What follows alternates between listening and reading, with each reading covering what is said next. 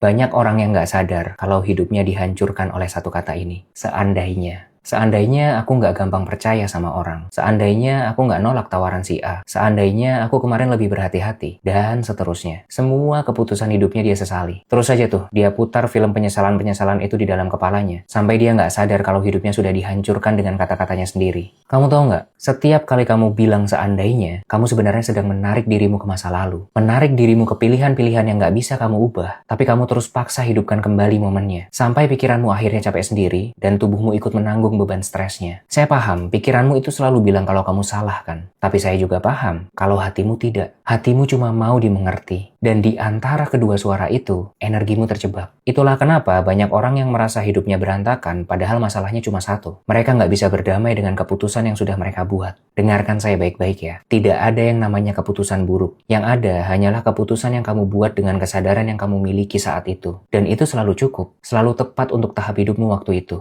Masalah yang kamu hadapi itu bukan pada keputusannya, tapi pada cara kamu memaknai keputusan itu. Dan inilah yang dinamakan dengan counterfactual thinking. Kebiasaan membayangkan versi hidup lain yang tidak pernah terjadi. Semakin sering kamu melakukannya, semakin otakmu menciptakan stres, kecemasan, dan rasa bersalah yang akhirnya akan mengganggu keseimbangan hidupmu. Sekarang coba deh lihat ke belakang. Berapa banyak hal baik dalam hidupmu yang muncul dari keputusan-keputusan yang awalnya kamu anggap salah? Dan berapa banyak kekuatan yang kamu punya hari ini yang justru lahir dari keputusan yang dulu kamu tangisi? Kamu bisa berkembang sampai hari ini itu bukan karena hidupmu mulus, tapi karena keputusan-keputusan yang awalnya kamu anggap buruk, justru ternyata membawamu ke versi dirimu yang lebih matang. Quran Surah 2 ayat 216. Boleh jadi kamu membenci sesuatu padahal itu baik bagimu. Dan boleh jadi kamu menyukai sesuatu padahal itu buruk bagimu. Jadi sudahilah penyesalanmu. Terima bahwa setiap keputusan yang pernah kamu buat adalah bagian dari kurikulum hidupmu. Lalu jalani hidupmu hari ini dengan kesadaran, bukan dengan kata seandainya.